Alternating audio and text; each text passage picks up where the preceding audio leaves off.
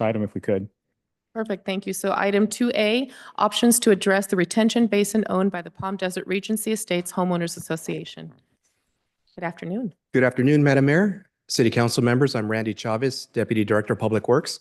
And today we're going to discuss options to remediate the Tamaris Row Retention Basin, which is owned by the Regency Estates Homeowners Association. This presentation, we're going to discuss the overview or how we got here, review of the basin in the north section of the city, the history of development for the basin and Regency Estates, who's responsible for the maintenance and the current conditions of the basin, and also the remediation options. Just a quick overview. Tropical Storm Hillary brought unprecedented flood and debris from the Morongo Valley Basin, and it filled a lot of the basins in the north section of the city along the I-10 corridor, including Freedom Park, Section 29, the Mid-Valley Channel, and also the Tamaris Row Basin. The city responded by cleaning the basins that the city manages or owns. However, since the Tamaris Row Basin is private, the city did not desilt or clean that basin.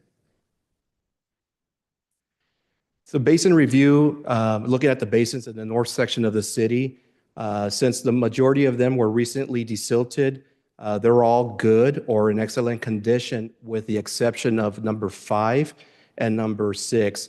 Number 5 is Regency Estates, and number 6 is their neighbors, Regency Palms. And one thing to note that whatever is ultimately decided, we will be reaching out to Regency Palms with that option as well. So a quick overview of the development. The tract map was recorded in 1990. It was annexed from the county in 1991, and construction was completed in 1993. The neighborhood is 48 acres with 92 single-family homes, and they currently maintain and own the basin, which is a little over 3 acres to the northeast of their property. One thing to note, and we'll discuss this a little further in the presentation, is that the basin was meant to take on stormwater per CVWD when it was developed.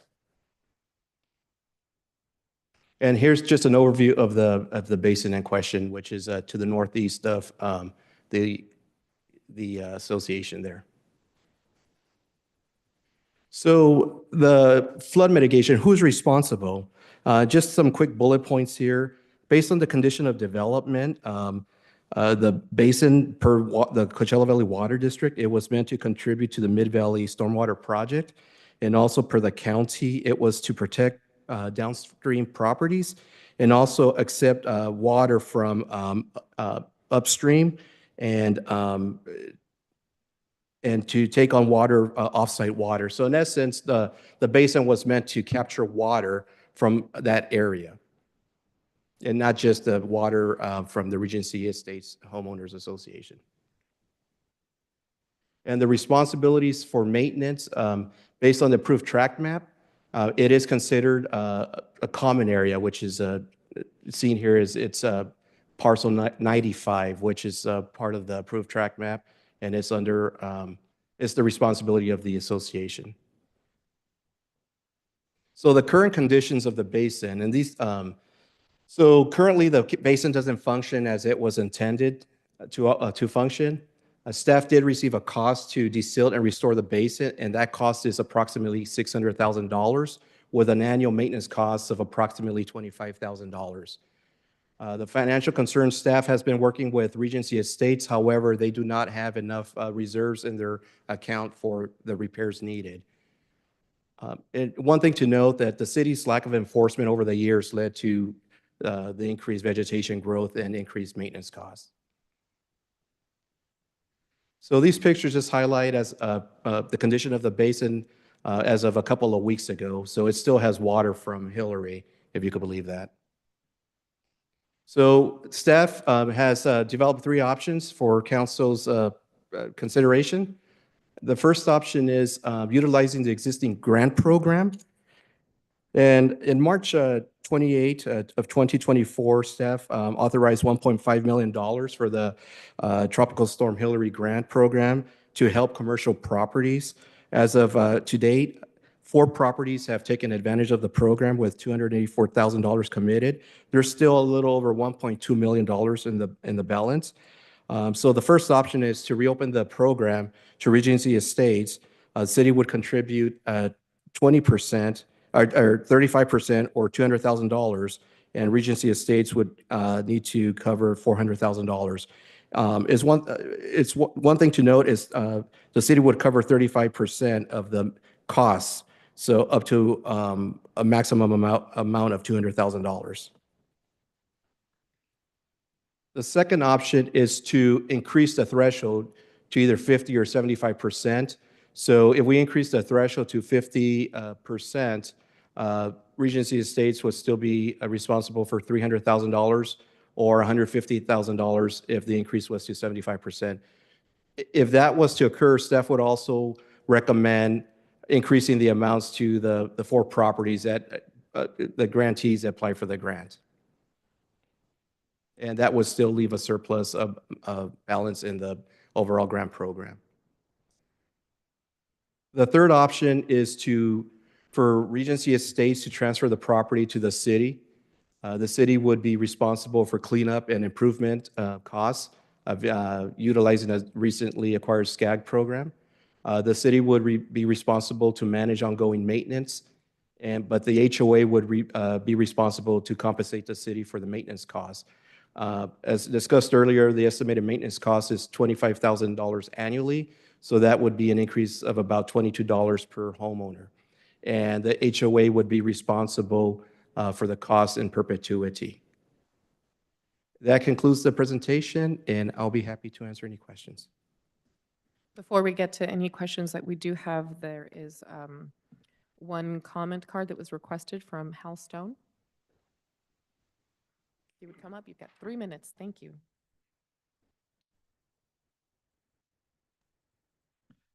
Good afternoon, council members. My name's Hal Stone, and I'm the president of the Regency Estates HOA. We're a small community located off of Tamarisk Row and Country Club, developed in 1993, of only 92 homes, with the majority of our homeowners now being retired seniors on fixed income. Our board has been working with Randy Chavez and the Palm Desert Public Works Department staff for over the past 6 months concerning the water retention basin located on Tamarisk Row that was heavily damaged due to Storm Hillary. Randy and the entire staff have been extremely professional and courteous throughout the process in coming to what we call a mutually beneficial solution concerning this retention basin. Our Regency Estates HOA Board of Directors 100% approve of the Public Works proposal before you for option number 3. Public Works Department has developed a solution so that the retention basin can once again be able to provide not only our community, but Palm Desert and its surrounding areas with a workable water retention basin in case of any other future major storms such as Hillary.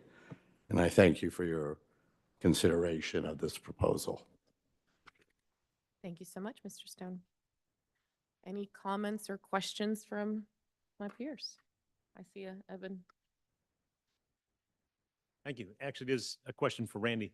The fact that the water is still there over a year later after Hillary, is that the way it was designed to work, or will cleaning it up, is there some way we can alleviate that problem if it is a problem?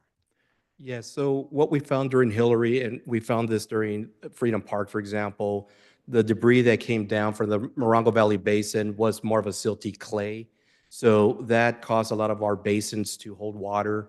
So to answer your question, it's designed to percolate. However, we need to remove that layer of sediment in order for it to work correctly. Okay, so by doing by doing annual maintenance or cleanup, it will percolate as intended. Correct. I do have actually one other question, sorry. And this might be more for our city manager, but is there a count on how many basins like this still remain under private control or maintenance programs? And is there a way we could just kind of create a citywide program? And this goes beyond the scope of this particular issue, but. We did, I did ask Randy and the team to look at that. The one across the street at Regency Palms is probably the most similar situation. Both those communities were developed in the early 90s. The developer for both those communities assured the County of Riverside at the time that the basins would be built to take on river and act as a supplementary overflow for the Mid-Valley Channel. As we have seen in other instances in the city, once that property was turned over to the HOA, in this case, I'm not sure they even knew they owned it. So we've had 34 years of a lack of maintenance built into that. It appears to be that these are the only two basins with that same set of facts behind them. I would remind the council, we had another situation, kind of a one-off that was exposed during Hillary over on Mountain View, if you might remember, near Washington Street, where we went in and bought the piece of property, and we're retrofitting detention capacity there as well right now. So we view this as a way of sort of ensuring that it's properly maintained. And the HOA's agreement to help to fund the maintenance on an annual basis using these grant dollars seem to be a real good middle ground. But we believe from a precedential perspective, there's only these two basins. Yes, please. You've said that option 3 would utilize SCAG money. I presume that's the REAP 2.0 grant. Is that correct? I'll defer this to Mr. Chris Escobedo to respond. Correct. So when we applied for that grant, we identified specific uses. What would not get done if we spend 600,000 of that for this, and presumably an additional amount for the second similarly situated basin? So when we put forth the grant application, the boundary of work includes from Monterey to Washington Street. So currently we're in preliminary design of the overall concept. So we could utilize this grant amount to improve and restore the basin, provided that it was quitclaim deed to us. So the grant does not allow us to use the funds to acquire the property, but to restore and improve it. So nothing else would be detracted from the overall improvement as of today. I love the idea of a win-win solution, but realistically, if we weren't spending it for this, we'd be spending it for something else. So we ought to know what that something else would be, so that we're making an informed decision. We are likely, Chris, correct me if I'm wrong, 2 to 3 months away from vetting out the concepts, engineering perspective. One of the major concepts that we think is the most effective would be to construct a wall along the channel, which is where the $8 million initially came from. We are running into some resistance from Union Pacific and in terms of accessing their right-of-way. So we are also looking at, I guess, alternative B type projects. Either way, the nexus of this basin being tied into the Mid-Valley Channel makes it eligible for the grant dollars. It is very possible, should we come up with solutions that are $10 to $12 million, we're going to need to supplement them with general fund dollars. So that's the answer, is it's all commingled.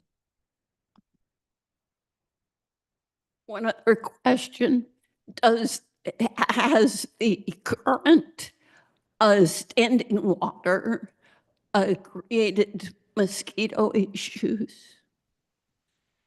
We have been working with the vector control. Vector control has been going to the retention basin and treating it. So right now, the mosquitoes are minimal. Okay. Yes, they exist. Questions? Well, no questions, just comments. Yes. I am very supportive of option 3. I have been in a meeting with staff and the HOA and really this basin, I believe, needs to be under the supervision of the professionals and not a small HOA. It's too important to the Mid-Valley Channel and our community as a whole. And I know also it did get brought up that, Union Pacific has some culpability here, but because they're with the federal government, we have no recourse. So I do advocate for option 3. It's the best solution for our community and our residents. Okay, thank you. And Regency is the one that has the entrance on Country Club, or is it the one on Oasis? Palms. Regency Palms is where our back gate, we have back gates off of Regency, but their entrance is off of Country Club. Okay. And I too support 3. We have nothing to, two separate. And but they were both Solomon developments, if I remember correctly. And I support 3 also, but I just have some kind of nagging questions that when it was turned over to the HOA, so when it went from the developer to became almost like an equity situation that they owned, there was no knowledge that that was their property? Or, I mean, that was not included at all, huh? Typically, when the developer turns over the assets to the HOA, they're supposed to sit down with the HOA board, the membership, so because they have to vote to assume the liability for all those assets. So we're talking about something that's 34 years old, and I just don't know that there's a lot of history there. We also do not know if the meeting occurred, how in-depth it was. A lot of times it's like buying a house, right? You've got lots of forms. Do you understand everything you're signing? And we find that a lot with these. Not a word, Yeah. by the way. That makes 2 of us. But there's a lot to understand when you're turning over those assets. And as you've seen in other subdivisions over the last couple of years, we've had misunderstandings when plant materials, basins, those sorts of things have been turned over. But going back 34 years, I just don't know that we have anybody with the history that can answer your question. Okay. I just, again, I support it. We've got to figure out a way to make this work for our entire community. I want to make sure at some point we're looking at all of these types of situations, all of these homeowners association, those people behind gates, et cetera, who have stormwater systems, that they are maintained correctly so we don't wind up with other problems as we go forward. So hopefully we're looking at those sorts of things. Yeah, and I think Randy made a point that he kind of glossed over it a little bit, but the program that we put in place this last year to inventory all of the basins, the stormwater assets in the city, and creating the compliance program to go along with it, Okay. I don't think we'd be in this situation had that been in place before. So it was a lesson learned, a process that was exposed during Hillary, and something we're trying to correct. Okay, and I do understand the silt we have now, the clay-lined retention bases that we didn't have before, so I understand that. Okay, thank you. Those are my questions. I agree that this is the opportunity while we're discussing this to see how other HOAs may be involved, and I would consider if this is a topic that could be added to the next all HOA meeting, while you've got as many folks here as possible to, I mean, some of the HOAs may back against each other, and to be sure that they're not assuming that the responsibility will be with another entity. I agree that looking at all of the options, one is more sound than the other. Option 3, not one of them, but 3 is a very sound option, and it looks like we've got a good amount of support, so we'll wait for this to come back for something more official. And may I add, Mayor, that at a next council meeting or 2, we will be bringing a staff report to award to a consultant that will help us inspect and work with the HOAs regarding their retention basis. So that's coming up here in the next meeting or 2. Wonderful. Anything further for Mr. Chavez? Okay, thank you. Item 2B, study session on public noticing for development applications. Hello, Mr. Maloney.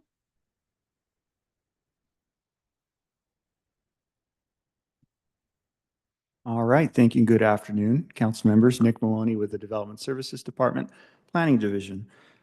At the October 10th regular city council session, the city council requested that staff research options for expansion of public notification. And so the purpose of this meeting is really to provide an overview of the existing framework of state and local requirements for public noticing for development projects, as well as present 5 recommended policy updates with additional considerations, and receive your feedback, as well as attaining general consensus or direction on preparation of a zoning ordinance amendment to enact those policies. It is generally required that any local agency, when considering approval of a permit, a variance, or a subdivision, ensure that adequate notice is sent out to the property owner as well as any potential affected property owners nearby.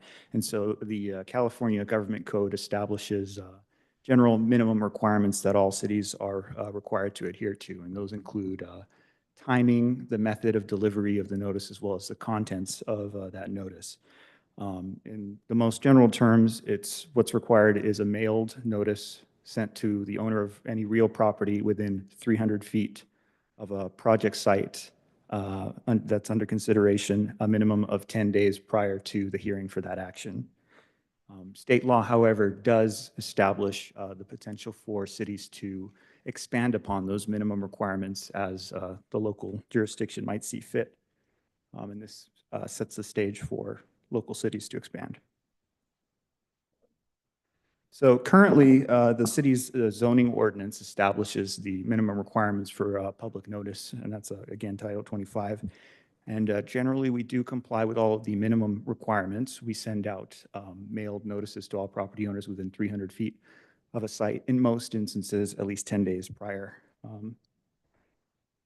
We do expand upon those requirements for larger projects that are greater than 5 acres, where that noticing requirement expands to 1,000 feet from the project site, and also includes a requirement for a community engagement session during the formal application. And for hillside development plans within the hillside areas, the notification requirements are even greater at 4,000 feet, with additional notification to all HOAs located south of Haystack Road. So with this slide, we compare various agencies. In that first column, you'll see the agency listed, as well as in the second column, the minimum notification radius as measured in feet. And in the third column, we outlined any additional requirements that they may have in place. So what we generally see for minimum notification requirements, most commonly, it's 300 feet, which is the minimum for state law. The second most common, however, is 500 feet.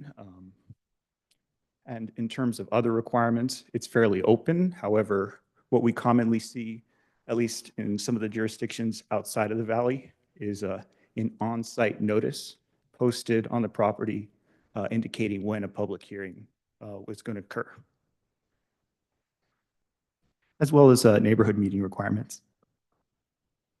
So we'll just dive into the policy considerations. So for policy 1, staff would recommend amending the ordinance to expand the minimum requirement for any of these less than 5 acre projects from 300 feet to 500 feet. And here we provide 2 GIS maps that show the example of how many properties would be notified under the 300 feet and the 500 feet. So it does expand considerably, quite a bit. Policy number 2 is to go beyond notification requirements that are just sent to the real property owner, and also include any HOAs that may be located within the boundary, just to ensure that that notification always does occur. And on the screen, you'll see a map that city staff is working on, just mapping all of the HOAs that'll include contact information. So we have that.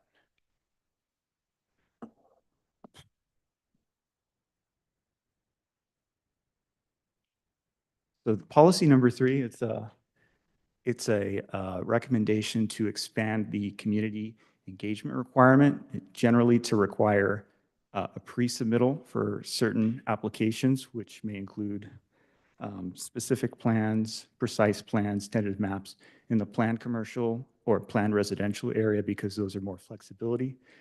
Those offer more flexibility of requirements and require that developers, prior to the formal submittal of an application, meet with neighbors to obtain their input and feedback. And then prior to submittal of the application, outline how they're responding to comments or how they are unable to respond to comments. So that becomes a part of the record with the formal submittal of the application. We would also recommend outlining minimum requirements for those community engagement meetings, which currently are not in place, just to outline perhaps the time and place, as well as minimal materials that should be shown to applicants, which might include, or to neighbors, which would include a site plan, massing and bulk studies that depict any structures, as well as potentially photo simulations which accurately depict the proposed final topography of a project. So that is shown for transparency early on. Policy number 4 is a recommendation to require for all projects an on-site posting of a sign and outlining the minimum specifications for that sign, minimum contents, the numbers that are required, and here we show examples of what that might look like. And the final policy for your consideration is requiring that ARC meetings, where an item is proceeding to a planning commission and/or city council, also be publicly notified. And that would be put in place on any precise plan or any item that would go to the planning commission. And for other considerations as a part of a future action, one consideration is that if certain policies are adopted, it may increase costs for that notification, both in terms of staff hours as well as cost of postage.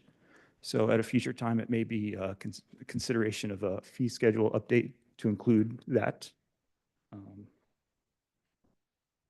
For the on-site posting, if that is part of the consideration, to enter into contracts with local qualified sign vendors to ensure that it's consistent and streamlined.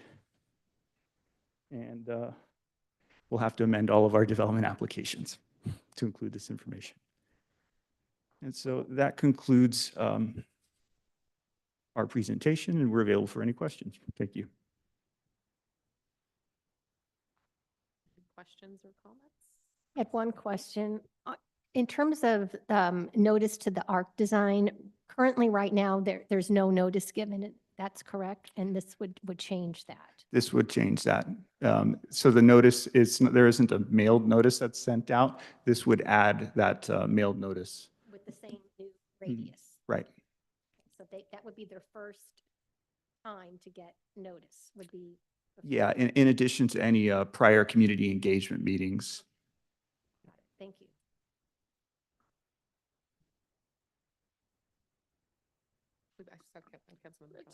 Go ahead. This is a comment. I applaud 1 through 5. Excellent. If we're going in to revise things, I would suggest a 6. If I caught your summary correctly, hillside proposals require 4,000 feet notice plus HOA south of Haystack. I would suggest making that south of Highway 111. uh, because properties south of Haystack are largely looking to the south for their dominant view. But all along Highway 74, between 111 and Haystack, there are HOAs who are much more proximate to the hillside and its views. And some of those, such as Kings Point, largely consist of part-time residents. So the notice to the HOA would be particularly helpful. Thank you.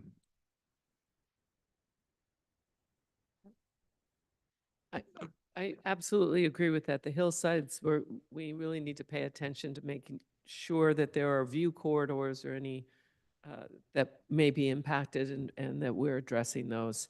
It's always been a value of the city, and we want to make sure we hold that up. The other question I had, and where you say notify HOAs within, and it was that one that you were on, within radius of projects. Does that mean, so if it cuts through the HOA, you'll notify the entirety of the HOA? Correct, yeah. And then probably to their office as well, so they can distribute as needed? Yeah, because now what we see in some instances is it may touch a common area parcel, and so it'll just be a notice if it touches that common area parcel. Now, if it's any portion, any property, regardless if it's owned by if it's within the boundary of that HOA, they'll receive a notice. The other thought I had is, and if we wind up going to HOAs, because so many of those are locked up and, you know, people come back in a week or two, then, so the 10-day notice, I'm not sure it's going to be enough. But if we make sure we get it to and maybe this is something we need to speak to HOAs about it, if we get to the HOAs and let them know if they have, and I'm sure they would have email groupings for their HOAs, but we would ask them also to distribute that news for us so that everyone within that HOA has an appropriate amount of time to review it. So I don't know how we work that, but maybe there's some language that can address that. I think that's a Thank you. good suggestion. We are working on meeting with HOAs now to. Oh, great. Okay, thank you. I think that's perfect, because then we avoid having homeowners come up here to talk and upset with us as council members, saying they had no idea, you know, they only live here part-time. And in this way, the HOA takes on some responsibility. A good point. Yes. So how many of these notices went out last year, for example, just to give me an idea of how robust this program is?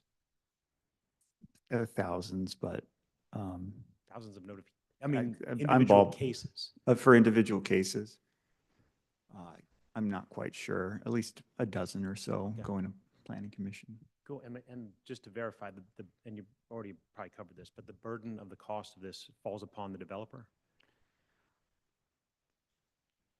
They file deposits for these applications. And then the city then yes. uses those And the deposits? city, the current practice, which isn't set in stone, is that staff prepares the notices. In some instances, we may work with a local vendor to stuff those, but generally it's staff that's stuffing envelopes and getting postage out. Got it. Okay. And then I just want to make a comment that I do agree wholeheartedly with Councilmember Kelly about the option 6. I like that idea a lot. So thank you. I like the idea of expanding the notice, and I really would like it more clear for the developers to say, we're going to charge you extra for this, because as mentioned, this will require more staff time. This will require postage, and forever postage does not stay forever. And I think that it really should be where we know it is of that scope, where it is above the 4 acres, or was it 5 acres, to highlight that this is new, because I think we had a previous developer that came and was pretty adamant of, why do I have to do this? I don't have to do it anywhere else. And just as our residents came and said, we want proper notification, the full disclosure needs to be to the developers that we're not going to make exceptions.